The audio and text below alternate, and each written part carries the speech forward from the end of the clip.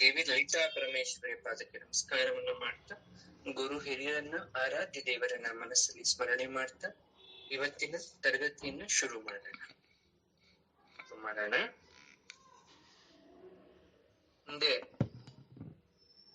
ದೇವಿಯ ಕ್ರಿಯಾಶಕ್ತಿ ರೂಪ, ಆಕೆಯ ಸೃಷ್ಟಿ ಸ್ಥಿತಿ ಲಯ ಕಾರ್ಯವನ್ನ ತ್ರಿಮೂರ್ತಿಗಳ ಸಹಿತವಾಗಿ ಯಾವ ರೀತಿ ಮಾಡ್ತಾ ಇದ್ದಾರೆ ಹಾಗೂ ಪ್ರಳಯದ ಮಹತ್ವದ ಬಗ್ಗೆ ತಿಳ್ಕೊಂಡ್ವಿ.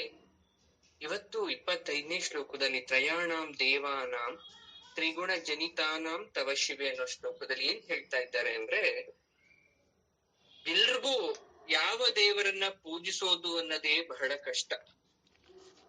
ಹರಿಹರರಲ್ಲಿ ಭೇದ ಇಲ್ಲ ಅಂತ ಗೊತ್ತಿದ್ರು ಕೂಡ ಇಂದಿಗೂ ಕೂಡ ಹರಿಶ್ರೇಷ್ಠ ಹರಶ್ರೇಷ್ಠ ಅಂತಕ್ಕಂಥ ತಾರತಮ್ಯ ಇದ್ದೇ ಇದೆ. ನಮ್ಮ ಕುಲಕ್ಕನುಗುಣವಾಗಿ, ನಮ್ಮ ಜಾತಿಯ ಅನುಗುಣವಾಗಿ ನಾವು ದೇವರನ್ನ ಆರಾಧಿಸೋದು ಹೆಚ್ಚು. ನಾವು ಹೇಗೆ ಅಂದ್ರೆ ಎಲ್ಲಾದ್ರಲ್ಲೂ ಸ್ವಾರ್ಥ, ಎಲ್ಲಾದ್ರಲ್ಲೂ ನಾವು ಭೇದ ಮಾಡ್ತೀವಿ, ಕಡೆಗೆ ದೇವರನ್ನು ಕೂಡ ಬಿಡ್ಲಿಲ್ಲ. ಯಾವ ದೇವರು ಕೂಡ ನಾನು ನನ್ನನ್ನೇ ಪೂಜಿಸಿ ಅಂತ ಹೇಳಲಿಲ್ಲ, ನನ್ನೇ ಆರಾಧಿಸಿ ಅಂತ ಹೇಳಿಲ್ಲ. ಬಟ್ ಆರಾಧನೆ ಮಾಡೋದ್ರಿಂದ ಏನ್ ಫಲ, ನನ್ನನ್ನ ಪೂಜಿಸೋದ್ರಿಂದ ಏನ್ ಫಲ ಅಂತ ದೇವ್ರು ಹೇಳಿದ್ದಾರೆ.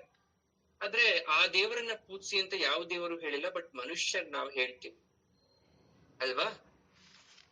ಹಾಗಾಗಿ ಅವ್ರಿಗೆಲ್ಲ ಒಂದು ಉತ್ತರ ಕೊಡ್ಬೇಕು ಅಂತ ಶಂಕರಾಚಾರ್ಯರು ಶ್ಲೋಕದಲ್ಲಿ ದೇವಿ ಆಜ್ಞೆ ಮೇರೆಗೆ ಒಂದು ವಿಶೇಷವಾದ ಶ್ಲೋಕ, ಅದೇ ತ್ರಯಾಣಾಂ ದೇವಾನಾಂ ಅಂತ. 25ನೇ ಶ್ಲೋಕ ಏನನ್ನ ಸೂಚಿಸುತ್ತಪ್ಪ ಅಂದ್ರೆ, ದೇವಿ ಪೂಜೆ ಮಾಡೋದ್ರಿಂದ ತ್ರಿಮೂರ್ತಿಗಳಿಗೂ ಕೂಡ ಪೂಜೆ ಸಲ್ಲುತ್ತಂತೆ. ಹೇಗೆ ಹೇಳಿದ್ರು ಅದನ್ನ ನೋಡಿ. ದೇವಿ ಪೂಜೆಯೇ ಶ್ರೇಷ್ಠ, ಯೋಗ್ಯ. ಪೂಜ್ಯ ಪೂಜನಂ ಪೂಜಾ ನಹಿ ಅಪೂಜ್ಯ ಪೂಜನಂ ಅಂತ ಒಂದು ಮಾತು ಹೇಳ್ತಾರೆ ಯೋಗ್ಯರು, ಹಿರಿಯರು ಒಂದು ಮಾತು ಹೇಳ್ತಾರೆ ನೋಡಿ. ಪೂಜ್ಯರಾದವರನ್ನ ನೀವು ಅರ್ಚಿಸಿದ್ರೆ ಅದು ಪೂಜೆ. ಪೂಜೆಗೆ ಯೋಗ್ಯರಲ್ಲದವರನ್ನ ನೀವು ಅರ್ಚನೆ ಮಾಡಿದ್ರೆ ಅದು ಪೂಜೆ ಅಲ್ಲ. ನೋಡಿ ಹೇಗಿದೆ ಮಾತು, ಯೋಗ್ಯರಾದವರನ್ನ. ಈಗ ಗುರುವನ್ನ ಆಯ್ಕೆ ಮಾಡ್ಕೋಬೇಕಾದ್ರೆ ನೀವ್ ಯಾರತ್ರ ಕಲಿಬೇಕು, ಒಂದೇನೋ ಕಲಿತೀರಾ ನೋಡಿ. ಎಲ್ಲಿ ಬೇಕಾದ್ರೂ ಕಲೀರಿ, ಯಾರತ್ರ ಬೇಕಾದ್ರೂ ಹೋಗಿ ಅಂತ ಪ್ರತಿಯೊಬ್ಬ ಗುರುಗಳು ಹೇಳ್ತಾರೆ. ನಾವು ಕೂಡ ಅದನ್ನೇ ಹೇಳೋದು, ಅಮ್ಮ ನೀವ್ ಎಲ್ಲಿ ಬೇಕಾದ್ರೂ ಕಲೀರಮ್ಮ, ನಿಮ್ ಮನ್ಸಿಗೆ ಶಾಂತಿ ಸಿಗ್ಲಿ. ಆದ್ರೆ ಒಂದು ಪೂಜ್ಯ ಅಥವಾ ಯೋಗ್ಯರಾದವರ ಹತ್ರ ಕಲಿಬೇಕು, ಅಥವಾ ಯೋಗ್ಯವಾದ ರೀತಿಯಲ್ಲಿ ಕಲಿಬೇಕು, ಅದು ತುಂಬಾ ಮುಖ್ಯ. ಹಾಗಾದ್ರೆ ದೇವಿ ಪೂಜೆ ಶ್ರೇಷ್ಠ ಅಂತಾರಲ್ಲ, ಯಾಕೆ? ಮತ್ತೊಂದು ಶ್ಲೋಕ ಹೇಳ್ತೀನಿ ನೋಡಿ. ದೇವಿ ಪುರಾಣದಲ್ಲಿ ಒಂದ್ ಶ್ಲೋಕ ಬರುತ್ತೆ, ವಿಷ್ಣು ಪೂಜಾ ಸಹಸ್ರಾಣಿ ಶಿವ ಪೂಜಾ ಶತಾನಿ ಚ ಅಂಬಿಕಾ ಚರಣಾರಾಶ್ಚಾಯ ಕಲಾಂ ನಾರ್ಹತಿ ಷೋಡಶಂ ಅಂತ ದೇವಿ ಪುರಾಣದಲ್ಲಿ ಹೇಳ್ತಾರೆ ನೋಡಿ. ವಿಷ್ಣು ಪೂಜಾ ಸಹಸ್ರಾಣಿ ಅಂತೆ, 1000 ಬಾರಿ ವಿಷ್ಣು ಪೂಜೆ ಮಾಡಿದ್ರು, ಶಿವ ಪೂಜೆಯನ್ನ 100 ಬಾರಿ ಮಾಡಿದ್ರು ಕೂಡ ಅಂಬಿಕೆಯ ಚರಣಗಳಿಗೆ ನೀವೇನಾದ್ರೂ ಹೊಂದಿಸ್ಲಿಲ್ಲ ಅಂದ್ರೆ ಆ ಪೂಜೆ ಅಪೂರ್ಣ. ಅಂಬಿಕೆಯ ಚರಣಗಳಿಗೆ ಮಾಡ್ತಕ್ಕಂಥ ಷೋಡಶ ಪೂಜೆಗಿಂತ ಸಮಾನವಾದ ಪೂಜೆ ಮತ್ತೊಂದಿಲ್ಲ ಅಂತ ದೇವಿ ಪುರಾಣದಲ್ಲಿ ಹೇಳ್ತಾರೆ. ಹಾಗಾದ್ರೆ ತ್ರಿಗುಣ ಜನಿತಾನಾಂ ತ್ರಯಾಣಾಂ ಅಂತ ಯಾಕೆ ಅಮ್ಮನವ್ರನ್ನ ಕರೆದ್ರು? ಯಾವ 3 ಗುಣ ನೋಡಿ? 3 ಗುಣಗಳಿಂದ ಜನಿಸಿದ್ದು ಬ್ರಹ್ಮ ವಿಷ್ಣು ಮಹೇಶ್ವರರು. ಎಲ್ರಿಗೂ ಗೊತ್ತಿದೆ ಅಲ್ಲ, 3 ಗುಣ ಇದೆ, ಸತ್ವ ರಜಸ್ಸು ತಮೋ ಗುಣ. ಬ್ರಹ್ಮದೇವನಲ್ಲಿ ಸಾತ್ವಿಕ ಗುಣ, ವಿಷ್ಣುವಿನಲ್ಲಿ ರಜೋಗುಣ, ಶಿವನಲ್ಲಿ ತಮೋ ಗುಣ. 3 ಗುಣಗಳಿದೆ ಅಂತ ಹೇಳ್ತಾರೆ. ಆ 3 ಗುಣಗಳ ಸ್ವರೂಪ ಹೇಗೆ? ಹಾಗಾದ್ರೆ ನಿಮ್ಗೆ ಸತ್ವಗುಣ ಅಂದ್ರೇನು, ರಜೋಗುಣ ಅಂದ್ರೇನು, ತಮೋ ಗುಣ ಏನು ಇವತ್ತು ಹೇಳ್ತೀನಿ, ಕೇಳಿಸ್ಕೊಳ್ಳಿ. ಆ 3 ಗುಣಗಳನ್ನ 3 ದೇವತೆಗಳು ಪ್ರತಿನಿಧಿಸ್ತಾರೆ, ಅದು ತ್ರಿಮೂರ್ತಿಗಳು ನೋಡಿ. ಬ್ರಹ್ಮದೇವನಲ್ಲಿ ಸತ್ವಗುಣ ಅಂತ ಹೇಳ್ದೆ, ಸಾತ್ವಿಕ ಗುಣ ಅಂತ ಹೇಳ್ದೆ. ಹೇಗಪ್ಪ ಅದು ನೋಡಿ? ಸತ್ವಗುಣ ಯಾರಲ್ಲಿ ಇರುತ್ತೋ, ನಾವೆಲ್ಲರೂ ಸಾತ್ವಿಕರಾಗ್ಬೇಕು ಅಂತ ಅನ್ಕೊಂತೀವಿ, ಕರೆಕ್ಟಾ? ಪ್ರತಿಯೊಬ್ರು ಅನ್ಕೊಳೋದ್ ಇಷ್ಟೇ, ನಾವು ಸಾತ್ವಿಕ ಮನೋಭಾವ, ದೇವ್ರನ್ ಪೂಜೆ ಮಾಡ್ತಾ ಇದೀವಿ ಅಂದ್ರೆ ನಾವು ಸಾತ್ವಿಕರಾಗಿರ್ಬೇಕು. ಹಾಗಾದ್ರೆ ಯಾರು ಸಾತ್ವಿಕರು? ಮನೋನಿಗ್ರಹ ಮೊದಲನೇ ಪಾಯಿಂಟ್. ಸಾತ್ವಿಕರಿಗಿರ್ತಕ್ಕಂಥ ಗುಣ ಸತ್ವಗುಣ, ಇದು ಬ್ರಹ್ಮದೇವನಿಗಿದೆ. ಅವನಲ್ಲಿ ಮನೋನಿಗ್ರಹ ಇದೆ, ಮನಸ್ಸನ್ನ ಯಾವ ರೀತಿ ಬೇಕಾದ್ರೂ ಕಂಟ್ರೋಲ್ ಮಾಡ್ತಕ್ಕಂಥ ಶಕ್ತಿ, ನಿಗ್ರಹ ಮಾಡ್ತಕ್ಕಂಥ ಶಕ್ತಿ ಇದೆ. ಎರಡನೇದು ಇಂದ್ರಿಯ ನಿಗ್ರಹ ಇದು ತುಂಬಾ ಇಂಪಾರ್ಟೆಂಟು. ನೋಡಿದ್ದೆಲ್ಲ ಬೇಕು ಅನ್ನೋ ಕಣ್ಣನ್ನ ಮುಚ್ಚಬೇಕಂತೆ, ಬೇಕು ಅಂದಿದ್ದೆಲ್ಲ ತಿಂತಕ್ಕಂತ ನಾಲ್ಗೆನ ಕಚ್ಬೇಕಂತೆ, ಘಮ ಘಮ ಅಂತಿದೆ ಅಂತ ಎಲ್ಲೆಲ್ಲೋ ಮೂಸಕ್ ಹೋಗೋ ಮೂಗನ್ನ ಮುಚ್ಕೋಬೇಕಂತೆ, ಬೇಕಾದೆಲ್ಲ ಕೇಳ್ಬೇಕು ಅಂತಕ್ಕಂತ ಕಿವಿನ ಚುಚ್ಕೋಬೇಕಂತೆ, ಎಲ್ಲಾ ಸ್ಪರ್ಶ ಇಷ್ಟ ಅಂತಕ್ಕಂತ ಚರ್ಮನ ಸುಡ್ಬೇಕಂತೆ. ನೋಡಿ ಎಷ್ಟು ಚೆನ್ನಾಗಿದೆ. ಯಾವಾಗ ನೀವು ಕಚ್ಚುತ್ತೀರಾ, ಸುಡ್ತೀರಾ, ಮುಚ್ಚುತ್ತೀರಾ, ಅದುಮ್ತೀರಾ, ಈ ಮನೋ ನಿಗ್ರಹ ಮಾಡ್ಕೊಂಡ್ಬಿಡ್ತೀರಾ, ಅವಾಗ ನೋಡಿ ನೀವು ನಿಮಗ್ ನೀವೇ ಮಹಾರಾಜ ಮಹಾರಾಣಿ. ಯಾವತ್ತೂ ತಪ್ಪು ಮಾಡ್ಲಿಕ್ಕೆ ಸಾಧ್ಯ ಇಲ್ಲ ಮನೋ ನಿಗ್ರಹ ಅಥವಾ ಇಂದ್ರಿಯ ನಿಗ್ರಹ ಮಾಡಿದವ್ರಿಗೆ. ಇದು ಬ್ರಹ್ಮದೇವನಿಗಿದೆ. ಅದಕ್ಕೆ ಅವನನ್ನ ಸಾತ್ವಿಕರು, ಸತ್ವಗುಣ ಉಳ್ಳವರು ಅಂತ ಕರಿತೀವಿ. ಇನ್ನೊಂದು ಸೈರಣೆ. ನೋಡಿ, ಎಲ್ಲಿ ತನಕ ಹೆಣ್ಮಕ್ಳಿಗೆ ಸಹಿಸೋ ಗುಣ ಇರುತ್ತೆ, ಅಲ್ಲಿ ತನಕ ಸೈರಣೆ ನಿಮ್ಮಲ್ಲಿ ಇರುತ್ತೆ.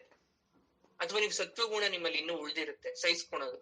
ನನಗೂ ಸಹಿಸ್ಕೊಂಡ್ ಸಾಕಾಗೋಗಿದೆ ಅಂತ ಒಂದ್ ಮಾತು ಹೇಳ್ತಿರಲ್ಲ, ನಿರಾಶರಾಗ ಒಂದ್ ಮಾತು ಹೇಳ್ತಿರಲ್ಲ, ನನ್ ಕೈಲಿ ಇನ್ನಾಗಲ್ಲ, ನನ್ ಕೈಲಿ ಸಾಧ್ಯನೇ ಇಲ್ಲ ಅಂತ ಹೇಳ್ತಿರಲ್ಲ, ನಿಮ್ಮಲ್ಲಿ ಅವತ್ತು ಸೈರನ್ಯ ಗುಣ ಹೊರಟೋಯ್ತು ಅಂತ ಅರ್ಥ. ಈ ಸೈರನ್ಯ ಗುಣ ಇರ್ಬೇಕಂತೆ ಸಾತ್ವಿಕರಿಗೆ. ವಿವೇಕ, ಸ್ವಧರ್ಮಾಚರಣೆ. ಹುಟ್ಟಿರೋ ಧರ್ಮವನ್ನ ಫಸ್ಟ್ ನೀವು ಆಚರಣೆ ಮಾಡೋದನ್ನ ಕಲೀರಿ, ಪರಧರ್ಮಕ್ಕೆ ಸಪೋರ್ಟ್ ಮಾಡೋದನ್ನ ಆಮೇಲೆ ನೋಡೋಣ. ಸತ್ಯ, ಇದೇ ನಮ್ಮಲ್ಲಿ ಕಡಿಮೆ. ಸತ್ಯತೆ ಇರ್ಬೇಕು ನಮ್ಮಲ್ಲಿ, ದಯೆ ಇರ್ಬೇಕು. ದಯೆ ಧರ್ಮದ ಮೂಲವಯ್ಯ ಅಂತ ಅಂತಿರ್ಬೇಕು. ಪೂರ್ವಾಪರಾನುಸಂಧಾನ. ನೋಡಿ, ನೀವು ಏನಾದ್ರೂ ಮಾಡಕ್ಕಿನ್ನ ಮೊದಲು ಏನ್ ಮಾಡ್ತಾ ಇದ್ದೀನಿ, ನಾನು ಮಾಡಿದ್ರೆ ಅದು ಸರಿನಾ, ಅದು ತಪ್ಪ ಅಂತಕ್ಕಂತ ಪರಾನುಸಂಧಾನತೆ ಇರ್ಬೇಕು ನಮ್ಮಲ್ಲಿ. ನೋಡಿ, ನಾನು ಹೇಳ್ತಾ ಇರೋದೆಲ್ಲ ಯಾವುದು ಸಾತ್ವಿಕರಿಗಿರ್ತಕ್ಕಂಥ ಗುಣದ ಬಗ್ಗೆ, ಬ್ರಹ್ಮದೇವನಲ್ಲಿರ್ತಕ್ಕಂಥ ಕ್ಯಾರೆಕ್ಟರ್ ಬಗ್ಗೆ. ಇನ್ನೊಂದು ಸಂತುಷ್ಟಿ ಇರ್ಬೇಕು. ಬೆಳಗಿಂದ ಸಂಧೆ ತನಕ ಭಕ್ಷ ಭೋಜನಗಳನ್ನ ಮಾಡಿದ್ರು ಕೂಡ ರಾತ್ರಿ ಮಲಗ್ಬೇಕಾದ್ರೆ ಹೇಗಿತ್ತಪ್ಪ ಇವತ್ತು ನಿಮ್ ದಿನ ಅಂದ್ರೆ, ಎಲ್ಲ ತಿಂದೆ, ಯಾಕೋ ಉಪ್ಪಿನಕಾಯಿ ಒಂದ್ ಹಾಕದ್ ಮರ್ತ್ಬಿಟ್ಟಿದ್ರು, ಯಾಕೋ ಅದೊಂದು ಇಲ್ಲ ಅಂದಿದ್ಕೆ ಊಟ ಮಾಡ್ದಂಗೆ ಅನಿಸ್ತಿಲ್ಲ ಅಂತಾನೆ. ಎಲ್ಲ ಇತ್ತು, ಉಪ್ಪಿನಕಾಯಿ ಒಂದಿಲ್ಲ ಅಂದಿದ್ಕೆ ಅವ್ನು ಸಂತುಷ್ಟಿ ಪಡ್ಲಿಲ್ಲ ಅಂದ್ರೆ ಎಷ್ಟು ನಮ್ಮ ಮನಸ್ಸು ಯೋಚನೆ ಮಾಡ್ತಾ ಇದೆ, ಯಾವ ರೀತಿ ಯೋಚನೆ ಮಾಡ್ತಾ ಇದೆ. 3 ದಿವ್ಸದ ಅನ್ನ ಒಂದು ಮಜ್ಜಿಗೆ ಒಂದ್ ಈರುಳ್ಳಿ ಇಟ್ಕೊಂಡು ತಿಂದಿರ್ತಾನೆ. ಆ ವ್ಯಕ್ತಿ ನಾವು ಕೇಳಿದ್ರೆ, ಅಪ್ಪ ಸಂತುಷ್ಟವಾದ ಪರಮಾನ್ನ ಇವತ್ತು ನಾನು ಊಟ ಮಾಡ್ದೆ, ನಾನ್ ಧನ್ಯ ಅಂತ ಹೇಳ್ತಾನೆ. ನೀವು ಹೊಟ್ಟೆ ತುಂಬ ಊಟ ಮಾಡಿದ್ರು ಕಣ್ಣಿಗೆ ನಿದ್ದೆ ಹತ್ತಲ್ಲ. 3 ದಿವ್ಸದ ಅನ್ನ ತಿಂದಿದ ತಕ್ಷಣ ತುಂಬಾ ಚೆನ್ನಾಗಿ ನಿದ್ದೆ ಬರುತ್ತೆ. ಕಾರಣ ಸಂತುಷ್ಟಿ. ಅನಿದ್ರೆಗೆ ಒಂದು ಕಾರಣ ಕೇಳಿದ್ರೆ ಅದ್ರಲ್ಲಿ ಬಹಳಷ್ಟು ಕಾರಣ ಇರುತ್ತೆ ನಿದ್ರೆ ಬರೋದಕ್ಕೆ. ಅದ್ರಲ್ಲಿ ಒಂದು ಮುಖ್ಯ ಕಾರಣ ಸಂತುಷ್ಟತೆ ಇಲ್ಲದೆ ಇರೋದು ನಮ್ಮಲ್ಲಿ.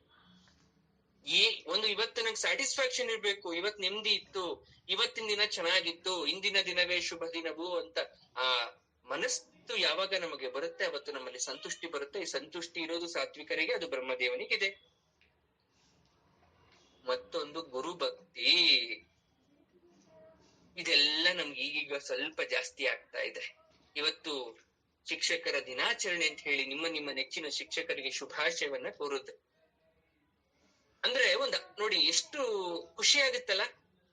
ನೀವು ಸ್ಕೂಲ್ ಓದೋದ್ ಬಿಟ್ಟು, ಕಾಲೇಜ್ ಓದೋದ್ ಬಿಟ್ಟು, ಅಥವಾ ನೀವು ಆತರ ಮಾಡಿ ತುಂಬಾ ವರ್ಷ ಆಗಿರ್ಬೋದು, ಇವತ್ತು ಯಾವ್ದೋ ಒಂದು ನೆಚ್ಚಿನ ಗುರುಗಳಿಗೆ ಶಿಕ್ಷಕರ ದಿನಾಚರಣೆಯ ಶುಭಾಶಯ ಅಂತ ನೀವು ಕಳಿಸ್ತೀರಲ್ವಾ, ಅಂದ್ರೆ ನಿಮ್ಮಲ್ಲಿ ಆ ಒಂದು ವಿದ್ಯಾರ್ಥಿ ಮನಸ್ಥಿತಿ ಇದೆ ಅಲ್ವಾ, ಗುರುವಿನ ಮೇಲೆ ಭಕ್ತಿ ಇದೆ ಅಲ್ವಾ, ಎಷ್ಟ್ ಚೆನ್ನಾಗಿದೆ, ಖುಷಿ ಆಗಲ್ವಾ?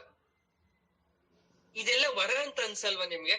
ಈ ಕಾಲದಲ್ಲೂ ಗುರು ಸರ್ ಅಂತ ಕರಿತೀರಾ, ಕ್ಲಾಸ್ ಅಂತ ಓಡ್ ಬರ್ತೀರಾ, ಕ್ಲಾಸಸ್ ಅಟೆಂಡ್ ಮಾಡ್ತೀರಾ, ಅವ್ರು ಹೇಳದ್ನ ಫಾಲೋ ಮಾಡ್ತೀರಾ. ಜೀವನದ ಪ್ರತಿಯೊಂದು ಘಟ್ಟ ಹಂತವೂ ಕೂಡ ಕಲಿಕೆ, ಗುರುವಿನ ಮಾರ್ಗದರ್ಶನ ಖಂಡಿತವಾಗ್ಲೂ ಕೂಡ ಬೇಕೇ ಬೇಕು. ಆ ರೀತಿಯಾದಂತ ಗುರು ಭಕ್ತಿ ನಿಮ್ಮೆಲ್ರಿಗೂ ಕೂಡ ಇದೆ, ಸಂತೋಷ. ಇನ್ನೊಂದು ವೇದಾದಿಗಳಲ್ಲಿ ವಿಶ್ವಾಸ ಇರಬೇಕು ಸಾತ್ವಿಕರಿಗೆ.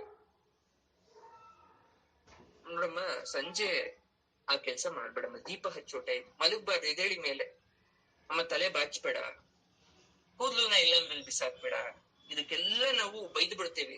ಇನ್ನು ಯಾವ ಕಾಲದಲ್ಲಿ ಇದ್ದೀರಾ ನೀವು? ಬರೀ ಹಳೆ ಅಂದ್ರೆ ಕಾಲದ ಲೆಕ್ಕ ಹಾಕಿದ ತಕ್ಷಣ ಎಲ್ಲ ಬದಲಾವಣೆ ಆಗ್ಬಿಡುತ್ತಾ? ಆ ಕಾಲದಲ್ಲಿ ಊಟ ಮಾಡ್ತಿದ್ವಿ, ಈಗ್ಲೂ ಊಟ ಮಾಡ್ತಿದೀವಿ, ಆಗ ಬಟ್ಟೆ ತೊಡ್ತಿದ್ವಿ, ಈಗ್ಲೂ ಬಟ್ಟೆ ತೊಡ್ತಿದೀವಿ. ಅದು ತೊಡೋ ವಿಧಾನ ಬೇರೆ ಇರ್ಬೋದು, ಬಟ್ ಅದೇ ಆಸ್ ಇಟ್ ಈಸ್ ಇದ್ಯಾ? ಅವ್ರು ಮನುಷ್ಯರಂತ ಕರಿತಿದ್ರು, ನಾವು ಮನುಷ್ಯರಂತ ಕರಿತಿದ್ವಿ. ಹಾಗಾದ್ರೆ ಆ ಪದ್ಧತಿ ಈ ಕಾಲಕ್ಕೆ ಬಂದಿದ ತಕ್ಷಣ ಬದಲಾಗಬೇಕು ಅಂತಕ್ಕಂಥದ್ದು ಏನು?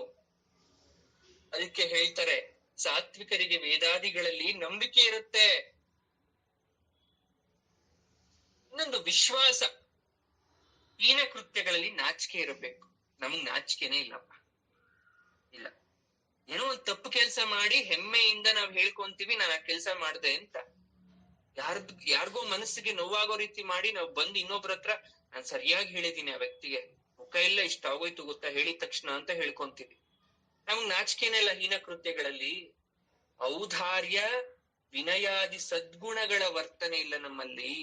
ಇದು ಬ್ರಹ್ಮದೇವನಿಗಿದೆ, ಸಾತ್ವಿಕರಿಗಿರ್ತಕ್ಕಂಥ ಗುಣ. ಎಲ್ಲಿದೆ ಔದಾರ್ಯತೆ? ಯಾರಾದ್ರೂ ಬಂದ್ರೆ ಸೀಟ್ ಬಿಟ್ ಕೊಟ್ಬಿಡ್ತೀವ ಕೂತ್ಕೊಂಡಿರೋರು? ಅಷ್ಟೊಂದು ಔದಾರ್ಯತೆ ನಮ್ಮಲ್ಲಿ ಇದ್ಯಾ? ಹೊಟ್ಟೆ ಹಶ್ವಾಗ್ತಿರುತ್ತೆ, ಫಸ್ಟ್ ನಮ್ಮ ಹೊಟ್ಟೆ ನೋಡ್ಕೊಂತೀವಿ ಹೊರತು ಬೇರೆಯವ್ರ ಹೊಟ್ಟೆ ನೋಡಲ್ಲ ನಾವು. ಔದಾರ್ಯತೆ ಇಲ್ಲ ನಮ್ಮಲ್ಲಿ. ಸದ್ಗುಣಗಳ ವರ್ತನೆ ತೋರಿಸ್ಬೇಕು. ನಿಷ್ಕಾಪಟ್ಯ ಅಥವಾ ನಿಷ್ಕಪಟತೆ, ಕಪಟತೆ ಜಾಸ್ತಿ ನಮ್ಮಲ್ಲಿ.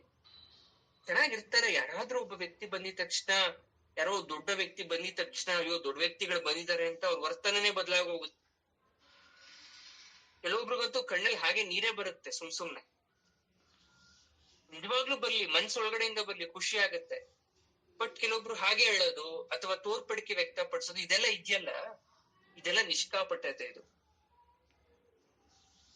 ಪಠ್ಯ, ಇದು ಕಪಟತೆ, ಹಾಗಿರ್ಬಾರ್ದು.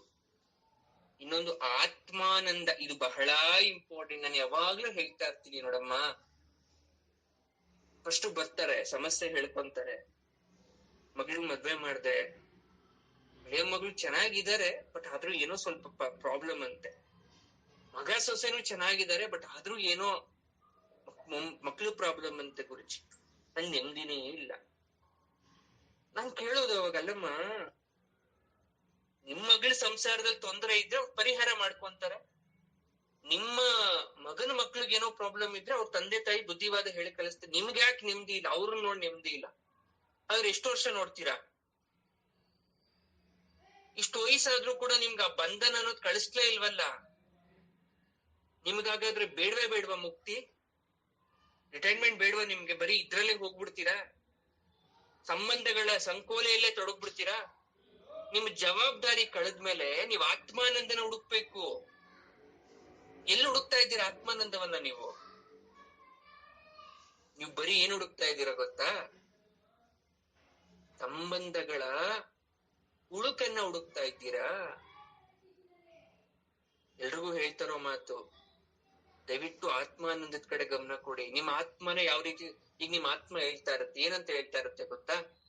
ಇವತ್ತು ಶುಕ್ರವಾರ, ಇವತ್ತು ಅಮ್ಮನವ್ರ ದೇವಸ್ಥಾನಕ್ಕೆ ಹೋಗ್ಬಿಟ್ಟು ಬರೋಣ. ಆತ್ಮ ಕೇಳುತ್ತೆ. ನೀವು ಅಯ್ಯೋ ಬೇಡ ಸುಮ್ನಿರಿ, ಇವತ್ತು ಯಾರೋ ಮನೆಗೆ ಗೆಸ್ಟ್ ಬರ್ತಾರಂತೆ, ಇನ್ ಮುಂದಿನ ವಾರ ಹೋದ್ರಾಯ್ತು.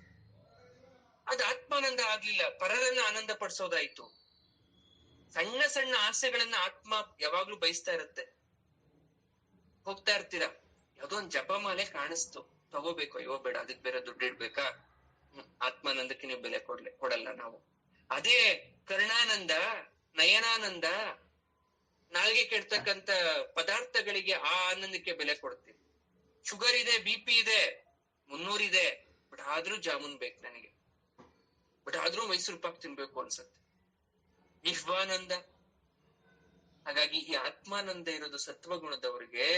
ಇಷ್ಟೊತ್ತು ಹೇಳದ್ನಲ್ಲ, ಮನೋನಿಗ್ರಹ, ಇಂದ್ರಿಯ ನಿಗ್ರಹ, ಸೈರಣೆ, ವಿವೇಕ, ಸ್ವಧರ್ಮಾಚರಣೆ, ಸತ್ಯ, ದಯೆ, ಸಂತುಷ್ಟಿ, ಪೂರ್ವಾಪರಾನುಸಂಧಾನ, ಗುರುಭಕ್ತಿ, ವೇದಾದಿಗಳಲ್ಲಿ ವಿಶ್ವಾಸ ಇರ್ತಕ್ಕಂಥದ್ದು, ಹೀನ್ಯ ಕೃತ್ಯ ಮಾಡಿದಾಗ ನಾಚಿಕೆ ಆಗಿರುವಂತದ್ದು, ಔದಾರ್ಯತೆ, ವಿನಯಾದಿ ಸದ್ಗುಣಗಳ ವರ್ತನೆ, ನಿಷ್ಕಾಪಟ್ಯ, ಆತ್ಮಾನಂದ, ಇಷ್ಟು ಸತ್ವಗುಣ. ಈಗ ಬರ್ಕೊಳ್ಳಿ, ಪೆನ್ನು ಪೇಪರ್ ತಗೊಂಡು ಇಷ್ಟರಲ್ಲಿ ಎಷ್ಟು ನಿಮ್ದು ಓಕೆ ಅಂತೀರಾ ಅಂತ. ಇದ್ರಲ್ಲಿ ಎಷ್ಟು ಪಾಸ್ ಆಗ್ಬಿಡ್ತಿರೋ ಹಂಗಾದ್ರೆ ನೀವೆಲ್ಲ ಸತ್ವಗುಂಡವರು ಅಂತ. ಜಾಸ್ತಿ ಬೇಡ, 10 ನಿಮ್ಗಿದೆ ಅಂತ ಅನಿಸ್ಲಿ ನಿಮ್ ಮನ್ಸದ್, ನೋಡೋಣ. ಹಂಗಾದ್ರೆ ನಾವು ಈ ಕ್ಯಾಟಗರಿಗೆ ಸೇರಲ್ಲ. ಇನ್ 2 ಕ್ಯಾಟಗರಿ ಇದೆ, ನೀವೇ ಟಿಕ್ ಮಾಡ್ಕೊಳ್ಳಿ ಯಾವ ಕ್ಯಾಟಗರಿಗೆ ಸೇರ್ತೀರಾ ಅಂತ. ನಿಮ್ಗೆ ಬಿಟ್ಬಿಟ್ಟಿದೀವಿ. ನಾನ್ ಪ್ರಶ್ನೆ ಕೊಡ್ತಾ ಇದ್ದೀನಿ, ಉತ್ತರ ಬರೆಯೋದ್ ನಿಮ್ ಕೈಲಿದೆ. ಈಗ ಆಪ್ಷನ್ ಎನೋ, ಆಪ್ಷನ್ ಬಿನೋ, ಆಪ್ಷನ್ ಸಿನಾ?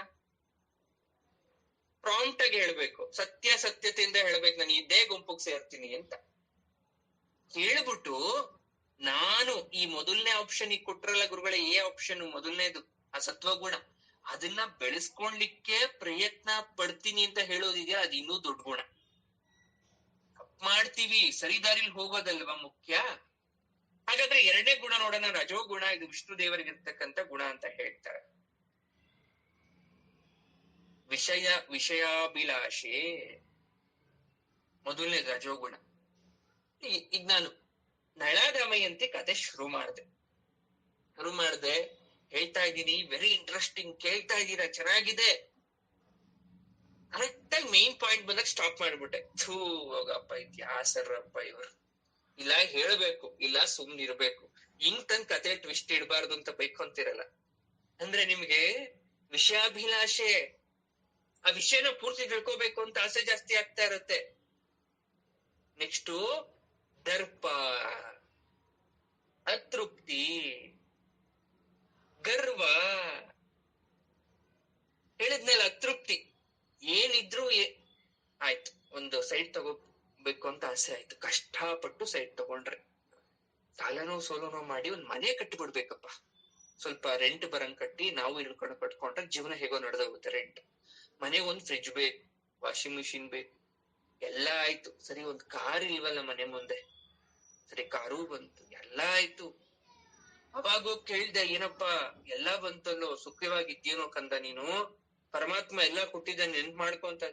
ಏನ್ ಕೊಟ್ರೆ ಏನ್ ಬಂತು ಬನ್ನಿ ಸರ್, ಯಾಕೋ ಜೀವನ ಒಂಥರ ಬೇಜಾರು, ಎಲ್ಲ ಇದೆ, ಯಾಕೋ ಬೇಸರ ನನಗೆ. ಡಯಾಬಿಟಿಸ್ ಇದೆ, ಸ್ವೀಟ್ ತಿನ್ನಂಗಿಲ್ಲ, ಹೈ ಬ್ಲಡ್ ಪ್ರೆಷರ್ ಇದೆ, ಉಪ್ಪು ಖಾರ ಹುಳಿ ತಿನ್ನಂಗಿಲ್ಲ, ಗ್ಯಾಸ್ಟ್ರಿಕ್ ಇದೆ, ಆರ್ಥೈಟಿಸ್ ಇದೆ, ಮಂಡಿ ನೋವು, ಬೆನ್ನೋವು, ಬ್ಲಡ್ ತಿನ್ ಬೇರೆ ಅಂತ ಮಾತ್ರೆ ಕೊಟ್ಬಿಟ್ಟಿದ್ದಾರೆ ಡಾಕ್ಟ್ರು. ಯಾಕೋ ಜೀವನನೇ ಚೆನ್ನಾಗಿಲ್ಲ, ಅತೃಪ್ತಿ. ಎಲ್ಲ ಕನಕದಾರ ಸ್ತೋತ್ರ ಕಲ್ತ್ರಿ, ಅವ್ರ ಪರ್ಮಿಷನ್ ಇಲ್ದೆ ಮಾತಾಡ್ತಾ ಇದೀನಿ, ಮೇಡಮ್ ಪರ್ಮಿಷನ್ ಇಲ್ದೆ. ನೋಡಿ, ಮೇಡಮ್ಗೆ ಏನಿಲ್ಲ ಅಂದ್ರೆ ಒಂದು 8 ಆಪರೇಷನ್ ಆಗಿದೆ, 8-9 ಆಗಿದೆ ಅಷ್ಟೇ.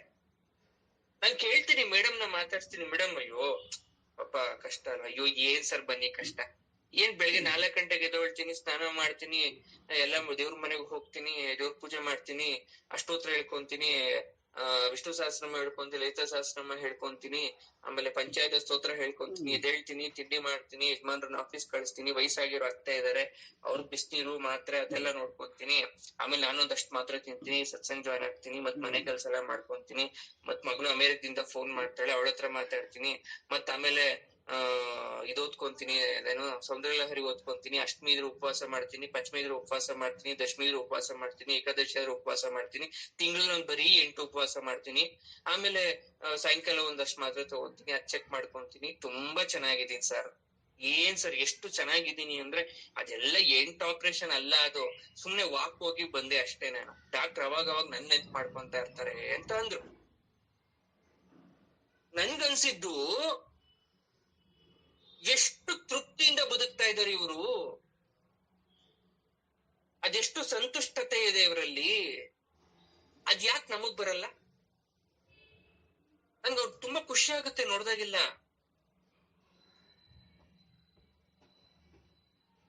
ಅವ್ರೂ ಮೆಡಿಕೇಶನ್, ಅವ್ರಿಗೂ ಕಷ್ಟ ಇದೆ, ಬಟ್ ಅವ್ರು ಹೇಳೋದು ಇದ್ಯಾವುದೂ ಅಲ್ಲ, ನೀ ಇಟ್ಟಂತೆ ನಡೆಯುತ್ತಿರುವೆ ಹರಿಯೇ, ನೀ ಕಾಯುವೆಯೋ, ನೀ ತಳ್ಳುವೆಯೋ, ನೀ ದೂರುವೆಯೋ, ನಾನಿಲ್ಲಿ ನಿಂತಿರುವೆ ಹರಿಯೇ ಅಂತ ಬೇರೆಯವರು ಇದು ಬೇರೆ ಹೇಳ್ತಾರೆ, ತತ್ವಪದ ಬೇರೆ ಹೇಳ್ತಾರೆ. ನನಗೆ ನಮಗೊಂದ್ ಚೂರು ಏನಾದ್ರೂ ಆರೋಗ್ಯ ಏರ್ಪೇರ್ ಆಗ್ಬಿಟ್ರೆ ಸಾಕು, ಅಯ್ಯೋ ಜೀವನನೇ ಮುಗ್ದೋಯ್ತು. ಮನೇಲಿ ಕಷ್ಟ, ಅವ್ರಿಗೆ ಆಲ್ರೆಡಿ 55+, ಅವ್ರಿಗೆ ಅತ್ತೆ ಇದಾರೆ, ಅವ್ರು ನೋಡ್ಕೋ, ಅಣ್ಣನ್ ಕಳ್ಸು, ಇನ್ನೇನೇನೋ ಪ್ರಾಬ್ಲಮ್ಸು, ಅದ್ಯಾವ್ದು ಕಷ್ಟನೇ ಅಲ್ವಂತೆ ಅವ್ರಿಗೆ, ಸುಖವಾಗಿ ಬದುಕ್ತಿದಾರಂತೆ ಅವರು.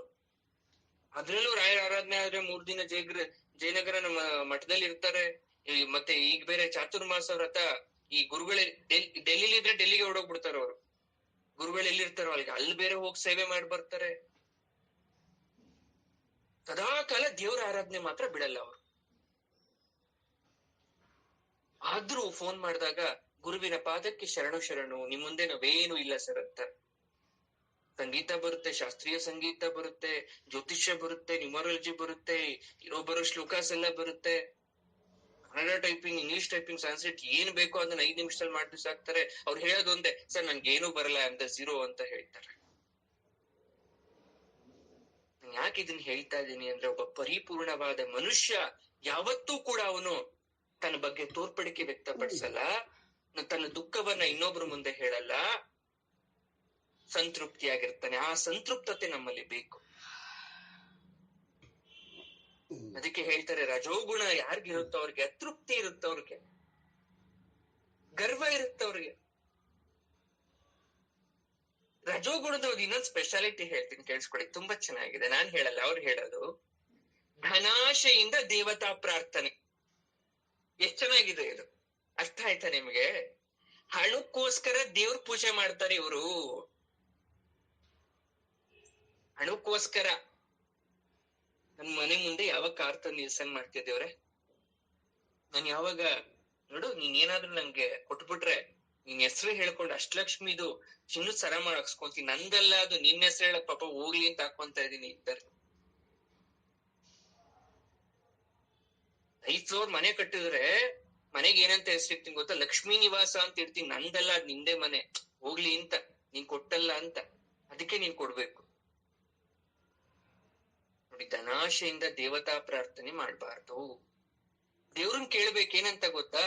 ಒಬ್ಬ ಮನುಷ್ಯನ ಜೀವನಕ್ಕೆ ಏನ್ ಬೇಕು ಅದನ್ನ, ಯಾವ್ಯಾವ ಏನೇನ್ ಬೇಕು ಅನ್ಸುತ್ತಮ್ಮ, ನೀನ್ ತುಂಬಾ ಚೆನ್ನಾಗ್ ಗೊತ್ತಿರುತ್ತೆ, ಅದನ್ನ ಆಯಾ ಕಾಲಕ್ಕೆ ಪ್ರಸಾದಿಸು ಅಂತ ಕೇಳ್ಕೋಬೇಕು. ಒಂದೇ ಸಲ ಡೈರೆಕ್ಟ್ ಆಗಿ ಬೇಡಿಕೆ ಯಾಕೆ ಇಡ್ಬೇಕು ನಾವು? ಕಾರ್ ಬೇಕು ಅಂತ ಕೇಳ್ಕೊಂತೀವಿ, ಕಾರ್ ಇಲ್ವಾ, ಹೋಗ್ಲಿ ಒಂದ್ ಬೈಕ್ ಆದ್ರೂ ತಗೊಳೋ ಶಕ್ತಿ ಕೊಡ್ಲಿ ದೇವ್ರು. 5 ಫ್ಲೋರ್ ಮನೆ ಕಟ್ಬೇಕಾ, ಆಗ್ಲಿಲ್ವಾ, ಒಂದ್ ತಕ್ಕ ಮಟ್ಟಿಗೆ ನಾವು ಬದುಕುವಂತ ಚಿಕ್ಕ ಮನೆನಾದ್ರೂ ದೇವ್ರ ಪ್ರಾಪ್ತಿ ಮಾಡ್ಲಿ, ಅದು ತೃಪ್ತಿ. ಅದು ಇನ್ನೊಂದು, ಭೇದ ಬುದ್ಧಿ ಇರುತ್ತೆ, ಇದು ತುಂಬಾ ಕೆಟ್ಟದ್ದು. ಭೇದ ಬುದ್ಧಿ, ಒಬ್ಬರನ್ನ ಒಂಥರ ನೋಡೋದು. ಇನ್ನೊಂದು, ವಿಷಯೋಪಭೋಗ, ಮದದಿಂದ ಯುದ್ಧಾದಿಗಳಲ್ಲಿ ಅಭಿನಿವೇಶ. ಮದ ಬಂದ್ಬಿಟ್ಟಿರತ್ತೆ, ಯಾರ ಮೇಲೆ ಅಂದ್ರೆ ಅವ್ರಿಗೆ ಜಗಳ ಹೋಗ್ತಾ ಇರ್ತೀವಿ. ಒಳ್ಳೆ ಕಮ್ಯುನಿಕೇಶನ್ ಇರುತ್ತೆ ನನ್ನ ಹತ್ರ, ನಾನ್ ಯಾರು ಬರ್ತೀರ ಬನ್ನಿ ಜಗಳಕ್ಕೆ ಅಂತ ನಿಂತ್ಕೊಳೋದು. ಸ್ತೋತ್ರ ಪ್ರಿಯತ್ವ ಪರಿಹಾಸ, ಪ್ರಭಾವ ಪ್ರಕಟಣೆ, ಇದೆಲ್ಲವೂ ಕೂಡ ರಜೋಗುಣದ ಲಕ್ಷಣಗಳು. ಈ ಗುಂಪಿಗೆ ಯಾರು ಬರ್ತೀರಾ ಹಾಕೊಳ್ಳಿಪ್ಪ, ನಾನ್ ಹೇಳಲ್ಲ, ನೀವೇನ್ ಮನ್ಸಲ್ಲಿ ಹಾಕೊಳ್ಳಿ, ರಿವೀಲ್ ಮಾಡಕ್ ಹೋಗ್ಬೇಡಿ ಅಲ್ವಾ, ಯಾರ್ ಮಾಡ್ತೀವಿ ನಾವು? ನಾನ್ ಕೆಟ್ಟವನು ಅಂತ ನಾನು ಹೇಳ್ಕೊಂತೀನಿ ಯಾವತ್ತಾದ್ರೂ? ಹೇಳಲ್ಲ. ಒಳ್ಳೆಯವನು ಅಂತಾನೆ ಹೇಳ್ಕೊಂತೀನಿ. ನಾನ್ ಕೆಟ್ಟವನು ಅಂದ್ಬಿಟ್ರೆ ನೀವೆಲ್ಲ ಬಂದ್ ಕ್ಲಾಸ್ ಕೇಳ್ತೀರಾ? ಇಲ್ಲ. ನೋಡಿ, 3ನೇ ಗುಣ ಬಂದು ತಮೋ ಗುಣ. ತಮೋ ಗುಣದಲ್ಲಿ ಚಿಪುಣತನ ಇರುತ್ತೆ. ಇದು ಒಂದಷ್ಟು ಜನ ಹೇಳ್ಕೊಂಡ್ರಪ್ಪ, ಇದ್ ನನ್ನ ಹತ್ರ ಇದೆ, ಪರವಾಗಿಲ್ಲ ಅಂತ ಅನ್ಕೊಂತ ಇದ್ರೆ, ಕೇಳಿಸ್ತಾ ಇದೆ ನಂಗೆ ನಿಮ್ ಮಾತು. ಜಿಪುಣತನ ಇರುತ್ತೆ, ಪ್ರಾಣಿ ಹಿಂಸೆ ಇರುತ್ತೆ, ಶ್ರಮ ಇರುತ್ತೆ, ತುಂಬಾ ಶ್ರಮ ಪಡ್ತಾ ಇರ್ತೀರಾ, ಕಷ್ಟ, ಜೀವನದಲ್ಲಿ ತುಂಬಾ ಕಷ್ಟ ಅನುಭವಿಸ್ತಾ ಇರ್ತೀರಾ, ಕಷ್ಟ ಪಡ್ತಿರ್ತೀರಾ, ಅನುಭವಿಸೋದೆಲ್ಲ ಪಡ್ತೀರಾ. ಕಲಹ, ಜಗಳ, ನೀವು ಬೇಡ ಅಂದ್ರೂ ಜಗಳ ಶುರುವಾಗ್ಬಿಡುತ್ತೆ. ಅವಾಗ ಏನು ನೀವು ಹೋಗ್ಬಾರ್ದು ಅನ್ಕೊಂಡಿರ್ತೀರಾ, ಬಟ್ ನೀವೇ ಹೇಗೋ ಇಳಿದು ಬಿಟ್ಟಿರ್ತೀರ ಜಗಳಕ್ಕೆ. ಶೋಕ, ಅಳಬಾರ್ದು ಅನ್ಕೊಂತೀರಾ, ಬಟ್ ಹತ್ತು ಬಿಡ್ತೀರಾ. ಗುರುಗಳು ಹೇಳಿದ್ರು ಇನ್ಮೇಲೆ ಅಳ್ಬೇಡಿ ಹೆಣ್ಮಕ್ಳು ಅಂದ್ಬಿಟ್ಟು, ಬಟ್ ಆದ್ರೂ ಒಳಗ್ ಬಂತು, ಏನ್ ಮಾಡಕ್ಕಾಗಲ್ಲ. ಭ್ರಾಂತಿ, ಒಂಥರ ಹುಚ್ಚುತನ ನಿಮಗೆ, ಏನ್ ನೋಡಿದ್ದೆಲ್ಲ ನಂಬಿಡೋದು. ಭಸ್ಮಾಸುರ ಬಂದು ನನಗೆ ಯಾರ ತಲೆ ಮೇಲೆ ಕೈ ಇಟ್ರು ಕೂಡ ನಂಗೆ ಭಸ್ಮ ಆಗ್ಬಿಡಕ್ ಬರ ಕೊಡು, ಇಂದು ಮುಂದೆ ಯೋಚನೆ ಮಾಡ್ಲಿಲ್ಲ, ತಥಾಸ್ತು. ಏನೋ ಕಷ್ಟ ಬಂದ್ಬಿಟ್ಟು ಒಂದ್ 50,000 ಕೊಡಮ್ಮ ಅಂದ ತಕ್ಷಣ ಗಂಡನ್ ಕಣ್ಣ ಕೊಟ್ಬಿಟ್ರಿ, ಸಿಗಾಕೊಂಡ್ಬಿಟ್ರಿ. ಭ್ರಾಂತಿ ನಿಮಗೆ. ದುಃಖ, ಏನೋ ಒಂದು ದುಃಖ ಮನ್ಸಿಗೆ, ವೇದನೆ, ಮಕ್ಳಿಂದನೋ ಗಂಡನಿಂದನೋ ಸಂಸಾರದಿಂದನೋ ಬಟ್ ಅನುಭವಿಸ್ತಾ ಇದ್ದೀರಾ. ತೂಕಡಿಕೆ, ನೋಡಿ ತೂಕಡಿಕೆ ಕೂಡ ಒಂದು ಗುಣ, ಅದು ತಮೋ ಗುಣಕ್ಕೆ. ಕೂತಿದ್ ಕಡೆ ಎಲ್ಲ ತೂಗುಡಿಕೆ ಬರೋದು, ನಿದ್ದೆ ಮಾಡ್ದಂಗ ಆಗೋದು, ಕೆಲಸ ಮಾಡ್ಬೇಕಾದ್ರೆ ನಿದ್ದೆ ಬರಂಗಾಗೋದು, ಪದೇ ಪದೇ ಹಾಕ್ಲಿಕ್ಕೆ ಬರ್ತಾ ಇರೋದು, ಇದೆಲ್ಲ ಕೂಡ ತಮೋ ಗುಣ. ಭಯ ಭಯ ಆಗ್ತಾ ಇದ್ಯಾ? ಯಾವಾಗ್ಲೂ ಭಯದಲ್ಲೇ ಇದ್ದೀರಾ? ಅದೂ ಕೂಡ ತಮೋಗುಣ. ಸೋಮಾರಿತನ, ಇದೂ ಕೂಡ ಶತ್ರು, ಅದು ತಮೋಗುಣ. ಇದೆಲ್ಲ ತಮೋಗುಣದ ಲಕ್ಷಣ. ನೋಡಿ, ಸತ್ವಗುಣ ಗೊತ್ತಾಯ್ತು, ರಜೋಗುಣ ಗೊತ್ತಾಯ್ತು, ತಮೋಗುಣ ಗೊತ್ತಾಯ್ತು. ಹಾಗಾದ್ರೆ ಇಷ್ಟೊತ್ತು ನಾವ್ ಇದನ್ನೆಲ್ಲ ಯಾಕೆ ತಿಳ್ಕೊಂಡಿದ್ದು ಗೊತ್ತಾಯ್ತಲ್ವಾ ನಿಮ್ಗೆ? ತ್ರಿಗುಣ ಜನಿತಾನಾಂ ತ್ರಯಾಣಾಂ ಅಂತ ಶ್ಲೋಕದಲ್ಲಿ ಬರುತ್ತಲ್ಲ, 3 ಗುಣಗಳಿಂದ ಜನಿಸ್ತಂತ ಬ್ರಹ್ಮ ವಿಷ್ಣು ಮಹೇಶ್ವರರು 3 ಗುಣಗಳಿಂದ ಯಾಕೆ ಜನಿಸಿದ್ದಾರೆ ಅಂದ್ರೆ ನಮ್ಗೆ ಎಕ್ಸಾಂಪಲ್ ಆಗಿ ಆ 3 ಗುಣ ತ್ರಿಮೂರ್ತಿಗಳನ್ನ ಸಂಭಾಳಿಸ್ತಂತ ಅಥವಾ ಮುನ್ನಸ್ತಂತ ದೇವಿಯನ್ನ ನಾವು ತ್ರಿಗುಣ ಜನಿತಳು, ತ್ರಿಗುಣರಿಗೆ ಜನನವನ್ನ ಕೊಟ್ಟೋಳು ಅಂತ ಕರೀತಾ ಇದ್ದಾರೆ ಇಲ್ಲಿ. ಅದು ನಮಗೂ ಕೂಡ ಅಪ್ಲೈ ಆಗತ್ತೆ. ಮತ್ತೆ ಸ್ಥಿತಾಹೇಷ್ಯೆ ಶಶ್ವನ್ ಮುಕುಳಿ ತಕರೋತ್ತಮ ಮಕುಟಾಹ ಅಂತ ಒಂದು ಬರುತ್ತೆ. ಅಂದ್ರೆ ಅದರ್ಥ ಏನು ಅಂದ್ರೆ, ತ್ರಿಮೂರ್ತಿಗಳಾದ ಬ್ರಹ್ಮ ವಿಷ್ಣು ರುದ್ರದೇವರುಗಳು ಸರ್ವಕಾಲದಲ್ಲೂ ಕೂಡ, ಸರ್ವಾವಸ್ಥೆಯಲ್ಲೂ ಅಂದ್ರೆ ಯಾವುದೇ ಪರಿಸ್ಥಿತಿಯಲ್ಲಿ ಇದ್ರೂ ಕೂಡ, ಅದು ಯಾವುದೇ ಸಮಯ ಆದ್ರೂ ಕೂಡ ಶ್ರೀದೇವಿಯ ಪಾದಗಳಿಗೆ ನಮಸ್ಕಾರವನ್ನ ಮಾಡ್ತಾ ಇದ್ದಾರೆ ಅಂತ. ಹೇಗೆ? 2 ಕೈಗಳನ್ನ ಜೋಡಿಸ್ಕೊಂಡು ತಮ್ಮ ತಲೆಯ ಕಿರೀಟಗಳನ್ನ ತೆಗೆದಿಟ್ಟು ನಮಸ್ಕಾರ ಮಾಡ್ತಾರೆ. ನೋಡಿ, ಗಂಡ್ಮಕ್ಳು ತಲೆಗೇನಾದ್ರು ಟೋಪಿ ಹಾಕಿದ್ರೆ, ಕುಂಕುಮ ಇಟ್ಕೊಂಡವಾಗ ಯಾರಿಗಾದ್ರೂ ನಮಸ್ಕಾರ ಮಾಡ್ಬೇಕಾದ್ರೆ ಅದನ್ನ ತೆಗೆದಿಟ್ಟು ಮಾಡ್ತಾರೆ, ಅಥವಾ ಮಾಡ್ಬೇಕು. ಯಾಕೆ? ಆ ರೀತಿ ತಲೆ ಮೇಲೆ ಯಾವುದೇ ರೀತಿಯಾದಂಥದ್ನ ಇಟ್ಕೊಳ್ಬಾರ್ದು. ಗುರುವಿನ ಹಸ್ತ ನಮ್ಮ ಶಿರಕ್ಕೆ ತಾಗಿದಾಗ ನಮಗೆ ಗುರು ಕೃಪಾ ಕಟಾಕ್ಷ, ದೇವತಾ ಆಶೀರ್ವಾದ ಆಗತ್ತೆ ಅನ್ನೋ ಕಾರಣದಿಂದ ಅವ್ರು ಆ ರೀತಿ ನಮಸ್ಕಾರ ಮಾಡ್ತಾ ಇರೋ ಕಾರಣ, ಆ ದೇವಿಯ ಹಸ್ತ ಆ ತ್ರಿಮೂರ್ತಿಗಳ ಮೇಲೆ ಇಟ್ಟಾಕ್ಷಣ ಅವ್ರಿಗೆ ಒಂದು ರೀತಿಯಾದಂತ ಚೈತನ್ಯ ಶಕ್ತಿ ಸಿಗುತ್ತೆ. ಆಗ ಕೈಗಳ ಬೆರಳುಗಳಲ್ಲಿ ಉಂಗುರ ಮೊದಲಾದ ಆಭರಣಗಳನ್ನ ಹೊಂದಿದ್ದು, ಕಿರೀಟಗಳನ್ನ ಹಾಕೊಂಡು ಆಭರಣ ಭೂಷಿತವಾಗಿರ್ತಾರಲ್ಲ ಅವರೆಲ್ಲ, ಅವಾಗ ತಗ್ಗಿ ಬಗ್ಗಿ ನಮಸ್ಕಾರ ಮಾಡ್ತಾರೆ. ಇವ್ರು ಬಂದ್ರು, ನಮಸ್ಕಾರ ಮಾಡಿದ್ರು ತ್ರಿಮೂರ್ತಿಗಳು. ಈಗ ತಾಯಿ ಏನ್ ಮಾಡ್ಬೇಕು? ಎತ್ತರದ ಸಿಂಹಾಸನದಲ್ಲಿ ಕೂತ್ಕೊಂಡಿದ್ದಾರೆ ಅಮ್ಮನವರು. ಶ್ರೀದೇವಿಯ ಕಾಲುಗಳು ಕೆಳಗಡೆ ಇದೆ, ಒಂದ್ ಕಾಲು ಕೆಳಗಡೆ ಬಿಟ್ಕೊಂಡಿದ್ದಾರೆ ಅಮ್ಮನವರು. ಮಣಿಪೀಠದ ಮೇಲೆ ಆ ಕಾಲನ್ನ ಇಟ್ಕೊಂಡಿದ್ದಾರೆ. ಅವ್ರು ಏನ್ ಮಾಡ್ತಾರೆ ತ್ರಿಮೂರ್ತಿಗಳು ಅಂದ್ರೆ, ಆ ಮಣಿಪೀಠದ ಬಳಿ ಶಿರಸ್ಸನ್ನ ಬಾಗಿ ತಾಯಿ ಪಾದ ಎಲ್ಲಿಟ್ಟಿದ್ದಾರೋ ಆ ಮಣಿಪೀಠಕ್ಕೆ ನಮಸ್ಕಾರ ಮಾಡ್ತಾರೆ. ಈಗ ಏನ್ ಅರ್ಥ ಆಯ್ತು ಗೊತ್ತಾ ನಮಗೆ? ಯಾರು ದೇವಿಯ ಪಾದಗಳನ್ನ ಪೂಜಿಸ್ತಾರೋ ಆಗ ತ್ರಿಮೂರ್ತಿಗಳನ್ನು ಕೂಡ ಪೂಜಿಸಿದಂತೆ. ಕಾರಣ, ಆಕೆಯ ಪಾದ ಇಟ್ಕೊಂಡಿರ್ತಕ್ಕಂಥ ಮಣಿಪೀಠದ ಮೇಲೆ ತ್ರಿಮೂರ್ತಿಗಳು ತಮ್ಮ ತಲೆಯನ್ನ ಇಟ್ಟು ನಮಸ್ಕಾರ ಮಾಡ್ತಾ ಇದ್ದಾರೆ. ಹಾಗಾಗಿ ಪ್ರತ್ಯೇಕ ಪೂಜೆಯ ಅವಶ್ಯಕತೆ ಇಲ್ಲ ಅಂತ ನಾನ್ ಹೇಳ್ತಾ ಇಲ್ಲ, ಶ್ಲೋಕದಲ್ಲಿ ಹೇಳ್ತಾ ಇದ್ದಾರೆ. ಪ್ರತ್ಯೇಕ ಪೂಜೆ ತ್ರಿಮೂರ್ತಿಗಳಿಗೆ ನೀವು ಮಾಡಕ್ಕೆ ಸಮಯ ಇಲ್ಲ, ಮಾಡಿ ಪೂಜೆ ಮಾಡ್ಕೊಳ್ಳಿ, ಸಂಧ್ಯಾ ವಂದನೆ ಮಾಡ್ಕೋಬೇಕು, ವಿಷ್ಣು ಪೂಜೆ ಮಾಡ್ಬೇಕು, ಕೃಷ್ಣ ಪೂಜೆ ಎಲ್ಲ ಮಾಡ್ಕೊಳ್ಳಿ, ಬೇಡ ಅಂತ ಹೇಳಲ್ಲ. ಆದ್ರೆ ಸಮಯ ಇಲ್ಲದಂತಹ ಸಮಯದಲ್ಲಿ ನೀವು ಅಮ್ಮನವರಿಗೆ ಪೂಜೆ ಮಾಡ್ಬಿಟ್ರೆ ತ್ರಿಮೂರ್ತಿಗಳಿಗೂ ಕೂಡ ಪೂಜೆ ಸಲ್ಲದಂತೆ. ನೋಡಿ, ಈ ಸೃಷ್ಟಿಯ ನಿರ್ವಾಹವನ್ನ ತ್ರಿಮೂರ್ತಿಗಳು ನಡೆಸ್ತಾ ಇದ್ದಾರೆ.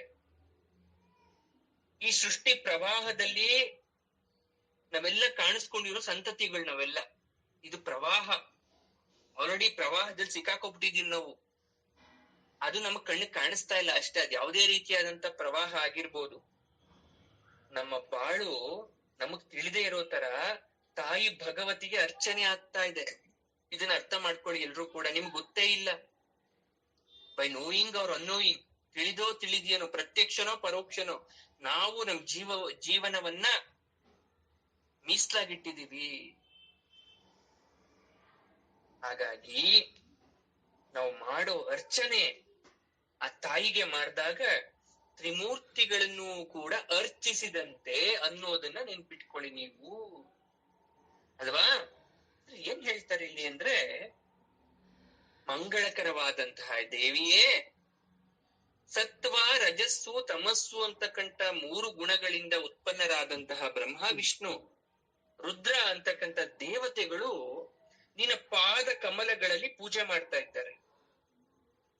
ಯಾಕೆ ಅಂದ್ರೆ ಅವ್ರು ಪೂಜೆ ಮಾಡ್ತಾ ಇದ್ದಾರೆ ಶ್ರೇಷ್ಠ. ಅದು ಯಾಕೆ ಶ್ರೇಷ್ಠ ಅಂದ್ರೆ ಆ ಕಿರೀಟ ದಾರಿಗಳಾದಂತ ತ್ರಿಮೂರ್ತಿಗಳು ಕಿರೀಟವನ್ನ ಬಿಚ್ಚಿಟ್ಟು ತಮ್ಮ ಎರಡೂ ಕೈಗಳನ್ನ ಜೋಡಿಸ್ಕೊಂಡು ಕೈ ಮುಗಿದು ನಿನ್ನ ಪಾದಗಳು ಪ್ರತಿಷ್ಠಿತವಾದಂತಹ ಮಣಿಪೀಠಕ್ಕೆ ನಮಸ್ಕಾರ ಮಾಡ್ತಾ ಇರೋದ್ರಿಂದ, ನಿನ್ನ ಪಾದ ಪೂಜೆ ಮಾಡೋದ್ರಿಂದ, ಅವ್ರ ಶಿರಸ್ಸು ಆ ಪೀಠದ ಮೇಲೆ ಇರೋದ್ರಿಂದ ಅವ್ರಿಗೆ ನಿನಗೆ ಅಂತ ಪ್ರತ್ಯೇಕ ಪೂಜೆ ಅವಶ್ಯಕತೆ ಇಲ್ಲ.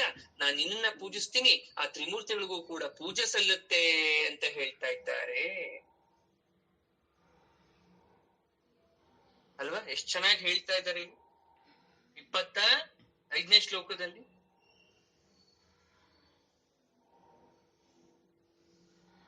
ಈ ಶ್ಲೋಕ ಯಾತಕ್ಕೋಸ್ಕರ ಗೊತ್ತಾ? ಉತ್ಕೃಷ್ಟ ಪದವಿ ಲಾಭ. ಯಾರೆಲ್ಲ ಪ್ರಮೋಷನ್ ಎಕ್ಸ್ಪೆಕ್ಟ್ ಮಾಡ್ತಾ ಇದ್ದೀರಾ, ಕೆಲಸದಲ್ಲಿ ಬಡ್ತಿ, ಉನ್ನತವಾಗಿ ಕೆಲಸದಲ್ಲಿ ಅಭಿವೃದ್ಧಿ ಆಗ್ಬೇಕು ಅನ್ಕೊಂಡಿದ್ದೀರಾ, ಹಾಗೂ ರಾಜಕೀಯ ಅಧಿಕಾರ ಬೇಕು ಅನ್ಕೊಂಡಿದ್ದೀರಾ, ಅಧಿಕಾರ ಮೇನ್ಲಿ ಫಾರ್ ನಿಮ್ಗೆ ಯಾವ್ದೋ ಒಂದು ಅಧಿಕಾರಕ್ಕೋಸ್ಕರ, ಈ ಶ್ಲೋಕವನ್ನ 45 ದಿವಸಗಳ ಕಾಲ 45 ಡೇಸ್ ದಿನಕ್ಕೆ 1000 ಬಾರಿ ಶ್ಲೋಕವನ್ನ ಪೂರ್ವಾಭಿಮುಖವಾಗಿ ಈಸ್ಟ್ ಕಡೆ ಕೂತ್ಕೊಂಡು ಹೇಳ್ಬೇಕು. ಕಾಮನ್ ಆಗಿ ಎಲ್ಲಾ ಶ್ಲೋಕಕ್ಕೂ ಕೂಡ ನೀವು ನೈವೇದ್ಯ ಯಾವ್ದು ಇರ್ಲಿಲ್ಲ ಅಂದ್ರೆ ಜೇನುತುಪ್ಪ ಇಟ್ರೆ ಆಗತ್ತೆ. ಜೇನುತುಪ್ಪ ಅನ್ನೋದು ಸೌಂದರ್ಯ ಲಹರಿಯಲ್ಲಿ ಸಾರ್ವಕಾಲಿಕ ನೈವೇದ್ಯ. ಅದು ಆಯ್ತಾ, ತೊಂದ್ರೆ ಇಲ್ಲ. ಒಟ್ಟ ದಿನಕ್ಕೆ 1000 ಸಲ 45 ದಿನಗಳ ಕಾಲ ಇದನ್ನ ಪಠಣ ಮಾಡೋದ್ರಿಂದ ಕೆಲಸದಲ್ಲಿ ಪ್ರಮೋಷನ್ ಅಥವಾ ಬಡ್ತಿ ಆಗಬೇಕು ಅಂತ ಅನ್ಕೊಂಡಿರೋರಿಗೆ ಆಗತ್ತೆ ಅಂತ ಹೇಳ್ತಾ ಇದ್ದಾರೆ ಅಲ್ವಾ? ಚೆನ್ನಾಗಿತ್ತು. ಮುಂದಿನ ಶ್ಲೋಕ ಬಂದು 26ನೇ ಶ್ಲೋಕ. ಏನ್ ಹೇಳ್ತಾ ಇದೆ? ಪರಶಿವನ ಶಾಶ್ವತತೆ. ಆ ಪರಶಿವನಾದಂತಹ ಶಿವ ಯಾವ ರೀತಿ ಶಾಶ್ವತನಾಗಿದ್ದಾನೆ? ವಿರಿಂಚಿ ಪಂಚತ್ವಂ ವ್ರಜತಿ ಹರಿರಾಪ್ನೋತಿ ವಿರತಿಂ ವಿನಾಶಂ ಕೀನಾಶೋ ಭಜತಿ ಧನದೋ ಯಾತಿ ನಿಧನಂ ಅಂತ ಹೇಳ್ತಾ ಇದ್ದ ನೋಡಿ. ವಿರಿಂಚಿ ಪಂಚತ್ವಂ ವ್ರಜತಿ ಅಂದ್ರೆ ಬ್ರಹ್ಮದೇವ ನಾಶ ಆಗ್ತಾನೆ. ಹಿಂದಿನ ಶ್ಲೋಕದಲ್ಲಿ ಬಂತು, ಬ್ರಹ್ಮದೇವ ನಾಶ ಆಗ್ತಾನೆ. ಆದ್ರೆ ಬ್ರಹ್ಮ ಲೋಕವನ್ನು ಸೃಷ್ಟಿ ಮಾಡ್ತಾನೆ. ಅಂತ ಸೃಷ್ಟಿಕರ್ತನಾದಂತಹ ಬ್ರಹ್ಮ ಪಂಚತ್ವ ಹೊಂದಿದ್ರೆ ಜೀವಿಗಳ ಶರೀರ ಪಂಚಭೂತಗಳಿಂದ ನಿರ್ಮಿತ ಆಯ್ತು. ನಮ್ಗೆಲ್ಲ ಡೌಟ್ ಆಗ್ತಿರುತ್ತೆ ಆಗಾಗ, ಯಾಕೆ ನಮ್ ಬಾಡಿಲಿ ವಾಟರ್ ಕಂಟೆಂಟ್ ಇದೆ, ಏರ್ ಕಂಟೆಂಟ್ ಇದೆ ಅಲ್ವಾ, ಆಮೇಲೆ ಗ್ರಾವಿಟೇಷನಲ್ ಫೋರ್ಸ್ ನಮ್ಗೆ ಅಪ್ಲೈ ಆಗತ್ತೆ. ಪಂಚಭೂತಗಳಿದೆ ಒಟ್ನಲ್ಲಿ, ಅಂದ್ರೆ ಗಾಳಿ, ನೀರು, ಅಗ್ನಿ, ಆಕಾಶ ತತ್ವ, ಭೂತತ್ವ ಇಷ್ಟು ಅಡಗಿದೆ ನಮಗೆ. ಈ ಪಂಚಭೂತಗಳಿದ್ದಾದಂತ ಶರೀರ ಕಡೆಗೆ ಪಂಚಭೂತಗಳಲ್ಲಿ ಲೀನ ಆಗತ್ತೆ. ಅಗ್ನಿ, ವಾಯು, ಆಕಾಶ ಮುಂತಾದವುಗಳಲ್ಲಿ ಲೀನ ಆಗತ್ತೆ ಅಂತ ನಮ್ಗೆಲ್ರಿಗೂ ಗೊತ್ತು. ಸ್ಟಾರ್ಟಿಂಗ್ ಅಲ್ಲಿ ವಿರಿಂಚಿ ಅಂತ ಹೇಳಿದ್ರಲ್ಲ, ಬ್ರಹ್ಮದೇವ ನಾಶ ಆಗ್ತ ಅಂದ್ರೆ ಏನರ್ಥ? ಬ್ರಹ್ಮದೇವ ಸೃಷ್ಟಿಸಿದಂತಹ ಈ ಜೀವ, ಪಂಚಭೂತಗಳನ್ನು ಕೊಟ್ಟು ಕಳಿಸಿದ ಬ್ರಹ್ಮದೇವ ಸೃಷ್ಟಿಸಿದಂತ ಈ ದೇಹ ಪಂಚಭೂತಗಳಲ್ಲೇ ನಾಶ ಆಗೋದ್ರಿಂದ ಬ್ರಹ್ಮನೂ ನಾಶ ಆದ ಅಂತ ಅರ್ಥ. ಅವನ್ ನಾಶ ಆದ ಅವನ್ ಹೋಗ್ಬಿಟ್ಟು ಅಂತ ಅರ್ಥ ಅಲ್ಲ. ಈಗ ನಾನು ಬ್ರಹ್ಮದೇವನ ಸೃಷ್ಟಿಯಲ್ಲಿ ಒಂದು ಭಾಗ. ಅವನ್ ಸೃಷ್ಟಿ ಮಾಡಿದ್ಮೇಲೆ ಪಂಚಭೂತಗಳನ್ನ ಇಟ್ಮೇಲೆ ನಾಶ ಆದ್ಮೇಲೆ ಅವನ್ ನಾಶ ಆದಂಗಲ್ವಾ? ನೀವೇನೋ ಒಂದು ಸೃಷ್ಟಿ ಮಾಡಿದ್ರಿ, ಆಯ್ತಾ? ನೀವೊಂದು ಏನೋ ಒಂದು ಗಾಡಿ ರೆಡಿ ಮಾಡ್ಬಿಟ್ರಪ್ಪ, ಆ ಗಾಡಿ ಏನಾದ್ರೂ ನಾಶ ಆದ್ರೆ ನೀವು ನಾಶ ಆದಾಗೆ, ಬಿಕಾಸ್ ನೀವ್ ಕ್ರಿಯೇಟ್ ಮಾಡಿದ್ದದು ಅಂತ ಹೇಳ್ತಾ ಇರೋದು ಇಲ್ಲಿ. ಹರಿ ವಿರಂತಿ ಆಪ್ನೋತಿ, ವಿಷ್ಣು ವಿರಾಮವನ್ನ ಹೊಂದುತ್ತಾನೆ. ಅಂದ್ರೆ ಒಂದ್ ಸ್ವಲ್ಪ ಸಮಯ ಅವನ್ಗೆ ರೆಸ್ಟ್ ಬೇಕು. ಶಯನ ಏಕಾದಶಿ ಆಯ್ತು, ನಾವೇನ್ ಅನ್ಕೊಂಡಿದೀವಿ, ಆಷಾಢ ಏಕಾದಶಿ, ಪ್ರಥಮ ಏಕಾದಶಿ, ವಿಷ್ಣು ಮಲ್ಕೊಂಡ್ಬಿಟ್ರು.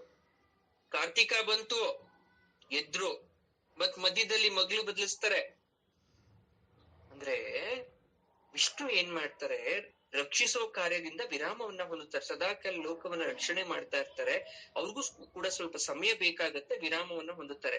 ನೋಡಿ, ಹರಿ ವಿರಂತಿ ಆಪ್ನೋತಿ ಅಂದ್ರೆ ತನ್ನ ಪರಿಪಾಲನ ಕಾರ್ಯವನ್ನ ತೊರಿತಾನೆ ಹರಿ. ಇದನ್ನ ಹರಿಮರಣ ಅಂತ ಕರಿತೀವಿ. ಇದು ಅರ್ಥ ಮಾಡ್ಕೋಬೇಕಾಗಿರೋದು. ತುಂಬಾ ಜನ ಹರಿಹರ ಬ್ರಹ್ಮಾದಿಗಳಿಗೂ ಕೂಡ ಸಾವಿದೆ ಅಂತ ಹೇಳ್ತಾರೆ. ಆ ಸಾವು ಯಾವ ರೀತಿ ಅಂದ್ರೆ ಈ ರೀತಿ. ಬ್ರಹ್ಮದೇವನಿಗೆ ಸಾವು ಯಾವಾಗ ಆಗತ್ತೆ? ಅವನು ಸೃಷ್ಟಿ ಮಾಡಿರ್ತಕ್ಕಂಥ ಜೀವಿ ನಾಶ ಆದಾಗ. ವಿಷ್ಣು ಯಾವಾಗ ನಾಶ ಆಗ್ತಾರೆ? ಅವರು ಲೋಕ ಕಾರ್ಯದಿಂದ ಸ್ವಲ್ಪ ರೆಸ್ಟ್ ತಗೊಂಡಾಗ. ಹರಿಮರಣ ಅಂತ ಕರಿತೀವಿ. ನೋಡಿ, ಇನ್ನು ವಿತಂದ್ರಿ ಮಾಹೇಂದ್ರಿ ವಿತ ತಿರಪಿ ಸಮ್ಮಿಲಿತ ದೃಶ. ನಾವು ತಿಳ್ಕೊಬೇಕಾಗಿರ್ತಕ್ಕಂಥ ಮೈನ್ ಪಾಯಿಂಟ್ ಬಂತು, ಪರಶಿವ ಯಾವ ರೀತಿ ಶಾಶ್ವತ, ಬ್ರಹ್ಮದೇವ ಆ ರೀತಿ ನಾಶ ಆಗ್ತಾರೆ, ಹರಿ ಆ ರೀತಿ ನಾಶ ಆಗ್ತಾರೆ. ಆದ್ರೆ ಮಾಹೇಂದ್ರಿ ಆಗಿರ್ತಕ್ಕಂಥ ಪರಶಿವ ಇಂದ್ರ ಸಂಬಂಧಿ ಸಮೂಹ ಆಗಿರ್ತಕ್ಕಂಥ ಕಣ್ಣು ಮುಚ್ಚಿಕೊಂಡು ದೀರ್ಘ ನಿದ್ದೆ ಹೊಂದುತ್ತಾರೆ. ಅಂದ್ರೆ ಗಾಢ ನಿದ್ರೆ, ಯೋಗ ನಿದ್ರೆಗೆ ಹೋಗ್ತಾರೆ ಅಲ್ವಾ. ಪರಶಿವ ನೋಡಿರ್ಬೋದು, ತಪಸ್ಸು ಯಾವಾಗ್ಲೂ ಕೂಡ ಯೋಗ ನಿದ್ರೆಯಲ್ಲಿ ಇರ್ತಾರೆ, ಗಾಢ ನಿದ್ರೆಯಲ್ಲಿ ಇರ್ತಾರೆ. ಸಾಮಾನ್ಯವಾಗಿ ದೇವತೆಗಳು ಕಣ್ಣು ಮುಚ್ಚಲ್ಲ, ಈ ವಿಚಾರ ನಿಮ್ಗೆ ಗೊತ್ತಿದೆ ಎಲ್ರಿಗೂ ಕೂಡ. ಕಣ್ರೆಪ್ಪೆ ಮುಚ್ಚಲ್ಲ ಅವರು. ಅಂದ್ರೆ ಸುಮ್ನೆ ಮಲಗಿದ್ರು ಕೂಡ ಮಲ್ಕೊಂಡೆ ನಿದ್ದೆ ಮಾಡುವಷ್ಟು ಗಂಧರ್ವರಿಗೆ, ದೇವತೆಗಳಿಗೆ ಶಕ್ತಿ ಇದೆ, ಕಣ್ ಬಿಟ್ಕೊಂಡೆ ನಿದ್ದೆ ಮಾಡುವಂತ ಶಕ್ತಿ. ಆದ್ರೆ ಪ್ರಳಯ ಕಾಲದಲ್ಲಿ ಗಾಢ ನಿದ್ರೆ ಹೊಂದುತ್ತಾರೆ ಅಂತ ಹೇಳ್ತಾರೆ. ಅಂದ್ರೆ ಅವ್ರು ಮರಣಿಸಿದ್ರು ಅಂತ ಹೇಳ್ತಾರೆ. ಆದರೆ ಪರಶಿವನಾದ, ಯಾರು ಪರಶಿವ? ಸತಿಯ ಪತಿಯಾದಂತಹ, ನಿನ್ನ ಪತಿಯಾದಂತಹ ಸದಾಶಿವ ಮಹಾಪ್ರಳಯ ಕಾಲದಲ್ಲೂ ಕೂಡ ನಿನ್ ಜೊತೆನೇ ಶಾಶ್ವತವಾಗಿರ್ತಾನೆ. ಇವರೆಲ್ಲ ಏನಾದ್ರೂ ಕೂಡ ಪರಶಿವನಿಗೆ ಏನು ಆಗಲ್ಲ, ಯಾಕಂದ್ರೆ ಅವ್ನು ನಿನ್ ಜೊತೆ ಇರೋದ್ರಿಂದ. ಮಹಾಪ್ರಳಯ ಕಾಲದಲ್ಲಿ ಎಲ್ರೂ ಮರಣಿಸಿದ್ರು ಕೂಡ ಸದಾಶಿವ ಒಬ್ನೇ ಉಳಿತಾನೆ. ಅದಕ್ಕೆ ಕಾರಣ ಶ್ರೀದೇವಿಯ ಪತಿವ್ರತೆ ಅಂತ ಕೂಡ ಹೇಳ್ತಾರೆ, ಪಾತಿವ್ರತ್ಯ ಕಾರಣ ಅಂತ ಹೇಳ್ತಾರೆ. ನೋಡಿ, ಪತಿ ಅಂತಕ್ಕಂಥ ಶಬ್ದ ಸ್ತ್ರೀಲಿಂಗ ರೂಪ. ಪತಿ ಅಂತಕ್ಕಂಥ ಶಬ್ದದ ಸ್ತ್ರೀಲಿಂಗ ರೂಪ ಸತಿ. ಈಗ ಪತಿ ಪುರುಷ, ಸತಿ ಅಂದ್ರೆ ಸ್ತ್ರೀಲಿಂಗ ರೂಪ. ಇಲ್ಲಿ ಭೇದ ತೋರ್ಬಾರ್ದು ಅಂತ ಹೇಳ್ತಾರೆ. ದೇವಶಕ್ತಿ ಮತೋರ ಭೇದ ಅಂತ. ಶಿವಶಕ್ತಿ ಬೇರೆ ಅಲ್ಲ. ಯಾವಾಗ ಗಂಡ ಹೆಂಡತಿ ಒಂದಾಗಿದ್ದು ಬಿಡ್ತಾರೆ, ಅವ್ರಿಗೆ ಸಾವೇ ಇಲ್ಲ. ಅವ್ರನ್ನ ಯಾರೂ ಕೂಡ ಭೇದ ಮಾಡಕ್ಕಾಗಲ್ಲ. ಅದು ಎಂತದ್ದೇ ಸಂದರ್ಭದಲ್ಲಿ ಆಗಿದ್ರು ಕೂಡ, ಏನೇ ಆದ್ರೂ ಕೂಡ ನೀನಂತೂ ಶಾಶ್ವತವಾಗಿರ್ತೀಯ, ನಿನ್ ಜೊತೆ ಇರೋರು ಶಾಶ್ವತವಾಗಿರ್ತಾರೆ. ಹಾಗಾದ್ರೆ ನೀನ್ ಜೊತೆ ಇರೋರು ಅಂದ್ರೆ ಸದಾಶಿವ, ರುದ್ರದೇವರು, ಶಿವ ಪರಮಾತ್ಮ. ಹಾಗಾಗಿ ನೀನು ಶಾಶ್ವತ, ಅವರು ಶಾಶ್ವತ. ಶಿವ ಯಾವತ್ತೂ ಕೂಡ ಅಳಿಯೋದಿಲ್ಲ, ನಾಶ ಆಗೋದಿಲ್ಲ, ಬೇರೆಯವ್ರ ತರ ಅಂತ ಹೇಳ್ತಾ ಇದ್ದಾರೆ. ಈಗ ಅರ್ಥ ಆಯ್ತಾ ಯಾವ ರೀತಿ ಶಿವ ನಾಶ ಆಗಲ್ಲ ಅಂತ? ಅದಕ್ಕೆ ಸೂತ್ರ ಸಂಹಿತೆಯಲ್ಲಿ ಒಂದ್ ವಿಷಯ ಹೇಳ್ತಾರೆ. ಅಸಂಖ್ಯ ವಿಲಯಂ ಯಾಂತಿ ಬ್ರಹ್ಮಣ ಪಂಡಿತೋತ್ತಮ, ಅಸಂಖ್ಯ ವಿಷ್ಣುವೋ ರುದ್ರ, ಅಸಂಖ್ಯ ವಾಸವಾದೇಹ, ಏಕ ಏವ ಶಿವ ಸಾಕ್ಷಾತ್ ದೃಷ್ಟಿ ಸ್ಥಿತಂತೆ ಹೇತವಃ ಅಂತ. ಅಂದ್ರೆ ಎಲ್ರೂ ನಾಶ ಆದ್ರೂ ಕೂಡ ಪರಶಿವನಿಗೆ ಅಂತದೊಂದು ಭಾಗ್ಯ. ಯಾವಾಗ್ಲೂ ಕೂಡ ಅವ್ನು ತುಂಬಾ ಚೆನ್ನಾಗಿರ್ತಾರೆ. ಯಾಕೆಂದ್ರೆ ನಿನ್ನ ಕೃಪೆಯಿಂದ. ಯಾವಾಗ ಮನೆಯಲ್ಲಿ ಹೆಂಡತಿ ಚೆನ್ನಾಗಿರ್ತಾರೋ ಗಂಡ ಚೆನ್ನಾಗಿರ್ತಾರೆ. ಹೆಂಡತಿಗೆ ಆರೋಗ್ಯ ಚೆನ್ನಾಗಿದ್ರೆ ಕುಟುಂಬ ಚೆನ್ನಾಗಿದೆ ಅಂತ ಅರ್ಥ. ಹೆಂಡತಿ ನಗ್ನಗ್ತಾ ಇದ್ದಾಳೆ ಮನೆಯಲ್ಲಿ ಅಂದ್ರೆ ಕುಟುಂಬ ಚೆನ್ನಾಗಿರುತ್ತೆ ಅಂತ ಅರ್ಥ. ಆಕೆನೇ ಮೂಲೆ ಗುಂಪಾಗ್ಬಿಟ್ರೆ ಯಾರು ಚೆನ್ನಾಗಿಲ್ಲ ಅಂತ ಅರ್ಥ. ಇಲ್ಲಿ ಯಾವಾಗ ಶಿವಶಕ್ತಿಯರ ಸಮ್ಮಿಲನ ಆಯ್ತೋ ಅವನ್ಗೆ ಯಾವತ್ತೂ ಕೂಡ ನಾಶ ಅನ್ನೋದೇ ಇಲ್ಲ. ನೋಡಿ, ವಿರಿಂಚಿ ಪಂಚತ್ವ, ಹರಿ ವಿರತಿ, ಕೀನಾಶ ವಿನಾಶ ಎಲ್ಲ ಇಲ್ಲಿ ರೈಮಿಂಗ್ ಪದಗಳು ಬಂದಿ, ತತ್ಸಮ ತದ್ಭವ ಪದಗಳು ಬರ್ತಾ ಹೋಯ್ತಿಲ್ಲಿ. ನೋಡಿ, ಸತಿ ಪತಿ, ಧನದ ನಿಧನ, ಅಂದ್ರೆ ಬಣ್ಣನೆ ನೋಡಿ ಎಷ್ಟು ಚೆನ್ನಾಗಿ ಮಾಡಿದ್ದಾರೆ ಇಲ್ಲಿ ಶಂಕರಾಚಾರ್ಯರು. ಶ್ಲೋಕದಿಂದ ಅರ್ಥ ಮಾಡ್ಕೋಬೇಕಾಗಿರೋದು, ನಾವು ಯಾವಾಗ ತಾಯಿಯ ಪಾದದ ಬಳಿ ಅವಳ ಸೇವೆ ಮಾಡ್ತಾ ಇರ್ತೀವೋ ನಮಗೂ ಕೂಡ ನಾಶ ಇಲ್ಲ. ನಾಶ ಇಲ್ಲ ಅಂದ್ರೆ ದೇಹ ನಾಶ ಆಗುತ್ತೆ ಹೊರತು ಆತ್ಮ ನಾಶ ಆಗಲ್ಲ. ಈ ದೇಹ ಚುಚ್ಚಿದ್ರೆ ರಕ್ತ ಬರುತ್ತೆ, ನಡೆದ್ರೆ ಕಾಲ್ನೋವು ಬರುತ್ತೆ, ಬಗ್ಗಿದ್ರೆ ಬೆನ್ನೋವು, ಜಾಸ್ತಿ ಓಡಿದ್ರೆ ಉಸಿರಾಟಕ್ಕೆ ತೊಂದ್ರೆ, ಹೃದಯ ಯಾವಾಗ ಬೇಕಾದ್ರೂ ತನ್ನ ಕೆಲಸ ನಿಲ್ಸ್ಬೋದು, ತಲೆಯಲ್ಲಿರ್ತಕ್ಕಂಥ ಸುಂದರವಾದ ಕೇಶರಾಶಿ ಉದುರೋಗ್ಬೋದು, ನನ್ನ ಸುಂದರವಾದ ಮುಖ ವಿಕಾರ ರೂಪಕ್ಕೆ ತೋರ್ಬೋದು. ಆದ್ರೆ ಒಂದಂತೂ ಶಾಶ್ವತ, ಅದೇ ನಿಮ್ಮ ಆತ್ಮ. ನಿಮ್ಮ ಆತ್ಮ ಪರಿಶುದ್ಧತೆ ಆದ್ರೆ ನೀವು ಪರಿಶುದ್ಧತೆ ಆಗೋ ಹಾಗಾಗತ್ತೆ. ಹಾಗಾಗಿ ನಾವು ಆಕೆಯ ಸೇವೆ ಮಾಡಿ ಶಾಶ್ವತರಾಗೋಣ, ವಿನಾಶ ಆಗೋದು ಬೇಡ ಅನ್ನೋ ಮಾತನ್ನ ಇಲ್ಲಿ ಹೇಳ್ತಾ ಇದ್ದಾರೆ. ಈ ಶ್ಲೋಕ ಯಾವ ಪರ್ಪಸ್ಗೋಸ್ಕರ ಗೊತ್ತಾ? ಶತ್ರು ಜಯಕ್ಕೋಸ್ಕರ, ಕುಶಲ ಕಾರ್ಯ ಸಿದ್ಧಿಗೋಸ್ಕರ. ಕೆಲವೊಬ್ರಿಗೆ ಶತ್ರುಗಳ ಕಾಟ ಇರ್ತದೆ, ಆಂತರಿಕ ಶತ್ರು, ಬಾಹ್ಯ ಶತ್ರು. ಅಂದ್ರೆ ಒಳಗಡೆ ಕೂಡ ಶತ್ರು ಇರ್ತಾರೆ, ಹೊರಗಡೆ ಕೂಡ ಶತ್ರು ಇರ್ತಾರೆ. ಸೊ ಅಂತಹವರಿಗೆ ಈ ಶತ್ರು ಜಯ ಆಗ್ಬೇಕು ಅಂದ್ರೆ ಅಮಾವಾಸ್ಯೆಯಿಂದ, ಈ ಚೆನ್ನಾಗಿ ನೆನ್ಪಿಟ್ಕೋಬೇಕು. ಒಂದೊಂದು ಅನುಷ್ಠಾನ ಮಾಡ್ಬೇಕು. ಎಲ್ಲಾವಾಗ್ಲೂ ಎಲ್ಲಾ ಮಾಡ್ಬಿಟ್ರು ಅದು ಸಾಧ್ಯ ಆಗ್ಬಿಡಲ್ಲ ನಿಮ್ಗೆ. ಅಮಾವಾಸ್ಯೆ ದಿನ ಶುರು ಮಾಡ್ಬೇಕು. ಅಮಾವಾಸ್ಯದಿಂದ ಶುರು ಮಾಡಿ 6 ದಿವಸ, ಅಮಾವಾಸ್ಯೆಯಿಂದ ಶುರುವಾಗಿ ಮತ್ತೆ ಶುರುವಾಗುತ್ತೆ 6 ದಿವಸ ಪ್ರತಿದಿನ 1000 ಬಾರಿ ಶ್ಲೋಕವನ್ನ ಜಪ ಮಾಡಿದ್ರೆ ಶತ್ರು ಜಯ. 6 into 1 6000. ಬಟ್ ಪಾಯಿಂಟ್ ಏನು? ಅಮಾವಾಸ್ಯೆ ದಿನನೇ ಶುರು ಮಾಡ್ಬೇಕು ಅನ್ನೋದು ಅರ್ಥ ಆಗತ್ತಾ?